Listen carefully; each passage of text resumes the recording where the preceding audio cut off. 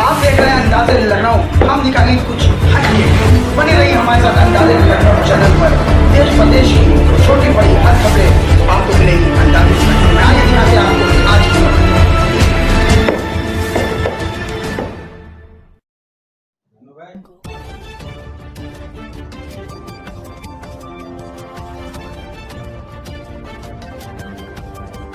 आज पसमानदा मुस्लिम समाज इस प्रेस कॉन्फ्रेंस के माध्यम से ये कहना चाहता है कि जिस तरीके से पसमानदा मुस्लिम समाज का पिछले 15 वर्षों से संगठन चला करके मैंने देश के अंदर एक जन आंदोलन तैयार किया और उस जन आंदोलन के तहत हिंदुस्तान के 8 राज्यों में लोग सक्रिय रूप से काम करने लगे और हम लोगों ने इस आंदोलन के माध्यम से देश के तमाम पसमानदा लोगों में अपनी पैठ बना ली और उन पसमानदा मुसलमानों को उनके हक और अधिकार के बारे में बताने के लिए हम लोगों ने जगह जगह जाकर के मीटिंग, मंडल सम्मेलन करके, कार्यकर्ता सम्मेलन करके हम लोगों ने उन्हें जागरूक करने का काम किया और वो जागरूक हुआ। लेकिन आज बड़े अफसोस के साथ ये कहना पड़ रहा है कि एक लखनऊ के नामचीन मौलाना जिनका वीडियो वायरल हो रहा है और उन्होंने कहा कि मुसलमानों में, इस्लाम में किसी तरह कोई जात पात या कोई भेदभाव नहीं है। मैं भी उनकी बात से इत्तेफाक रखता हूँ, लेकिन उन्होंने तब गलत कहा कि मुसलमानों में कोई पसमानदा नहीं होता। तो मेरा सवाल ये है कि इस्लाम के हम भी मानने वाले हैं और जो इस्लाम के तरीके हैं मैं उस पर कोई छेड़छाड़ नहीं करता, इस्लाम में सब बराबर हैं। लेकिन हिंदू समाज जैसे मुस्लिम समाज में भी यहाँ पर अनटचेबिलिटी और उसके बाद तमाम तरह की छुआछूत भेदभाव है। जैसे कि मैं बता दूं कि हमारे तमाम पसमानदा मुसलमान में मुस्लिम हलालखोर होते हैं, उनके हलालखोर के कार्यक्रम, उनके सामाजिक कार्यक्रमों में लोग शामिल नहीं होते, सोचते हैं वो हलालखोर हैं, मेहतर समाज से हैं, हम उनके यहाँ नहीं जाते। इसी तरह मुस्लिम मोची के यहाँ, मुस्लिम धोबी के यहाँ ये लोग किसी उनके कार्यक्रम में शरीक नहीं होते, तो भेदभाव करते हैं।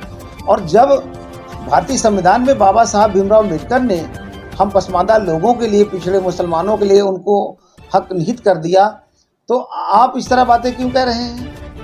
और मैं पूछना चाहता हूँ, जिस मौलाना ने का वीडियो वायरल हो रहा है, वो मौलाना से मैं पूछना चाहता हूँ, अगर मुसलमानों में सब बराबर हैं तो अपने ईदगाह के मौलाना हमारे पसमानदा में से रख दीजिए, आप हट जाइए। हमारे पसमानदा मौलाना उसमें आप रख दी, तब हम जाने कि आप मुसलमानों में बराबरी की बात करते हैं। इस तरीके से कह करके और तमाम सियासी दलों के अंदर पसमानदा मुस्लिम समाज को लेकर तमाम घमासान मचा हुआ है।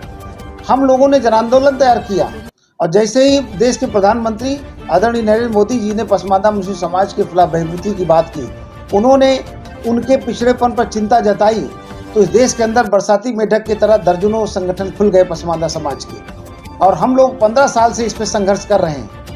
लेकिन सवाल इस चीज़ का है कि हम जिस दल में रहते हैं उस दल में भी पसमानदा मुस्लिम समाज का कहीं ना कहीं वहाँ भी नुकसान होता है। ना तो उन्हें समाज में भागीदारी मिलती है, ना उन्हें पार्टी में भागीदारी मिलती है, ना उन्हें संगठन भागीदारी मिलती है, ना सरकार में।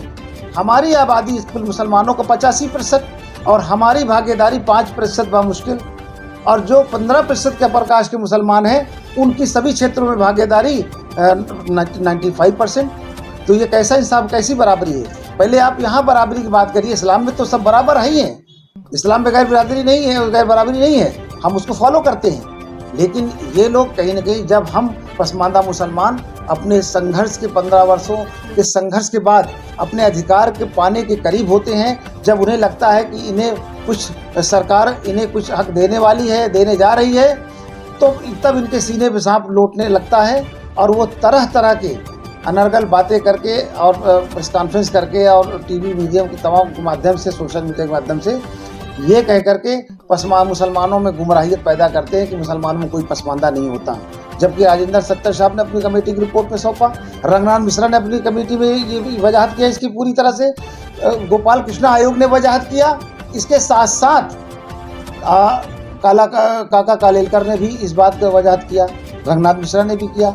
जब हम मानते हैं इस्लाम में कोई छुआछूत नहीं है, इस्लाम में सब बराबर हैं, इस्लाम में कोई छोटा बड़ा नहीं है, लेकिन समाज के अंदर इस तरह की हिंदुओं जैसी मुसलमानों में इस तरह की व्यवस्थाएं हैं।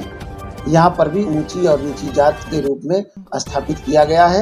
वो 15% के मुसलमान अपने को ऊंचा कहते हैं और हम लोगों को अर्जाल और अजलाफ कहते हैं, नीच और कमीन मुसलमान। एक तरफ तो आप गालियां भी देते हैं और दूसरी तरफ आप कहते हैं कि मुसलमानों में कोई छोटा बड़ा नहीं होता।